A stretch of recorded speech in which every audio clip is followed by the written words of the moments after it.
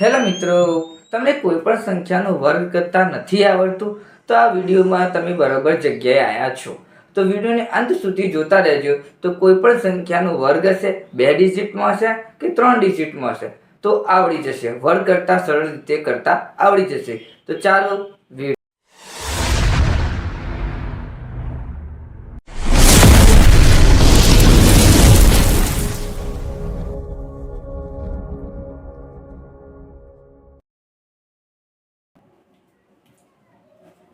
Hello મિત્રો, આજે આપણે જોઈશું કોઈ પણ સંખ્યાનો વર્ગ કરો.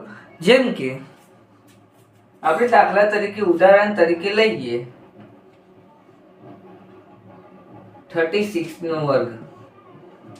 36 ના વર્ગની અંદર સૌપ્રથમ 36 ને 2 વખત લખી દઈએ, એટલે કે 36 2 વખત લખી દઈશું. પછી 3 ને 3 સાથે મલ્ટીપ્લાય, 6 ને 6 સાથે મલ્ટીપ્લાય કરીશું. 3 તરી 9, 2 ડિજિટમાં, છાયો છાયો 36, આવી રીતે લખી દેવાનું.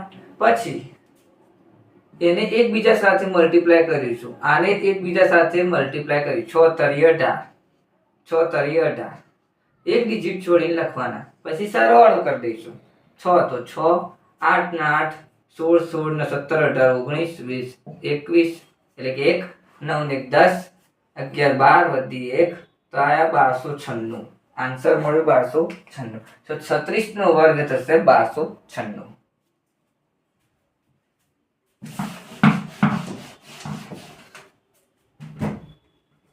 હવે આપણે જોઈશું 14 નો વર્ગ. 14 ના વર્ગની અંદર સૌપ્રથમ 14 ને 2 વખત લખી દઈએ, એટલે કે 14 ને 2 વખત લખી દઈએ. પછી 1 ને 1 સાથે મલ્ટીપ્લાય, 4 ને 4 સાથે મલ્ટીપ્લાય કરીશું. 1 એકા 1, ચોગુ ચોગુ 16, આવી રીતે લખી દીધું. પછી આને એકબીજા સાથે મલ્ટીપ્લાય કરીશું, જેમ કે આવી રીતે 1 ચોગ 4, 1 ચોગ 4, એક ડિજિટ છોડીને લખી. આગળની સંખ્યાને જગ્યા રહેવા દેવાની, પછીની સંખ્યામાં લખવું. 6 તો 6, સરવાળો કરી 4 ને 8 ને 9 મળે 1, તો 196 આન્સર મળ્યો. તો 196 આન્સર, 14 નો વર્ગ થશે 196. આ એનો આન્સર. હવે આપણે જોઈશું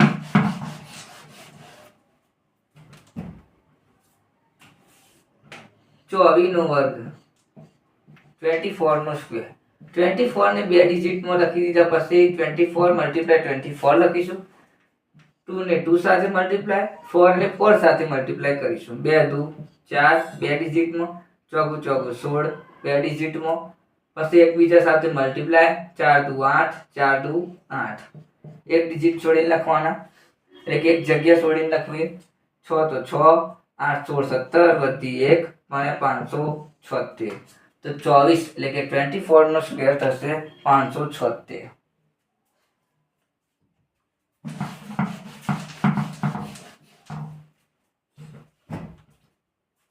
હવે આપણે જોઈશું 34 નો સ્ક્વેર. 34 મલ્ટીપ્લાય 34 લખીશું.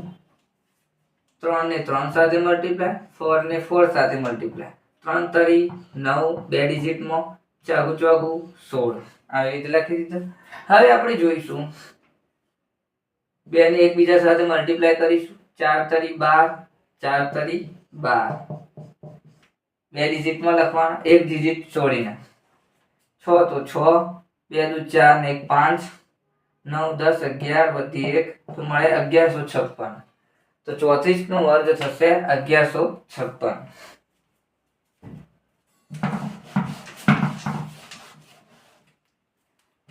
હવે આપણે જોઈશું 44 નો સ્ક્વેર. 44 ને 2 વખત લખી દઈશું, આવી રીતે. 4 ને 4 સાથે મલ્ટીપ્લાય, 4 ને 4 સાથે મલ્ટીપ્લાય, ચોગુ ચોગુ 16, ચોગુ ચોગુ 16 લખી દીધા. પછી આને એકબીજા સાથે મલ્ટીપ્લાય, આને એક બાજુ સાથે મલ્ટીપ્લાય, ચોગુ ચોગુ 16, ચોગુ ચોગુ 16, એક જગ્યા છોડીને લખવાનું જવાબ. 6 તો 6, 6 12 ને 13 વધી 1, 7 8 9 1 તો 1936 આન્સર મળે. તો 44 નો સ્ક્વેર એટલે કે 44 નો સ્ક્વેર થશે 1936.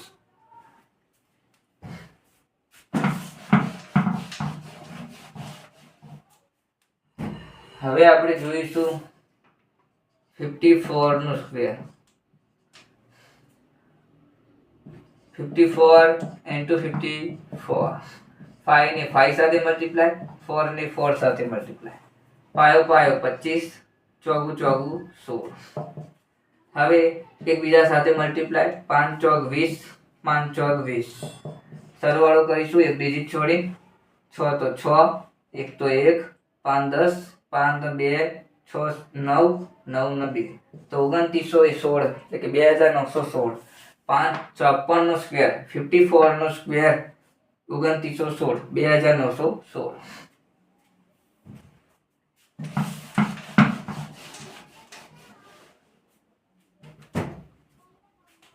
હવે આપણે જોઈશું 64 નો સ્ક્વેર.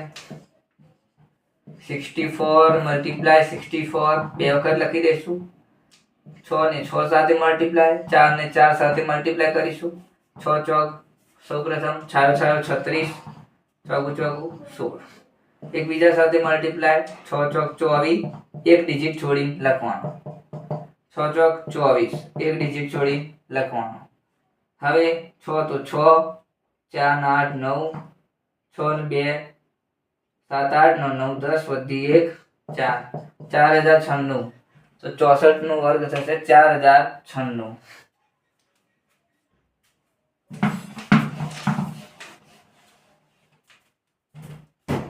હવે આપણે જોઈશું 74 નો સ્ક્વેર. 74 મલ્ટીપ્લાય 74 એટલે કે બે વખત લખી દીધા. 7 ને 7 વડે મલ્ટીપ્લાય, 4 ને 4 સાથે મલ્ટીપ્લાય, 49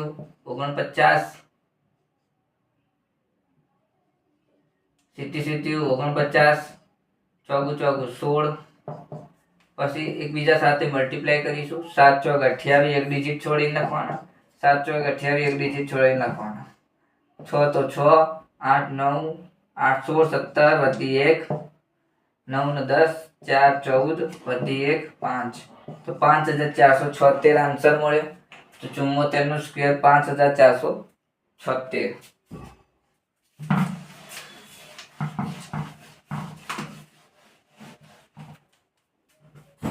હવે આપણે જોઈશું 84 નો સ્ક્વેર. 84 બે વખત લખીશું. 8 ને 8 સાથે મલ્ટીપ્લાય, 4 ને 4 સાથે મલ્ટીપ્લાય, 88 64, ચોગુ ચોગુ 16.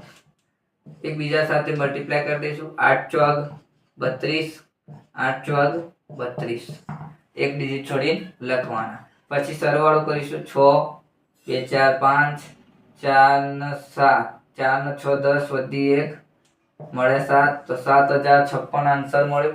તો 84 નો વર્ગ થશે, 84 નો સ્ક્વેર થશે 7056.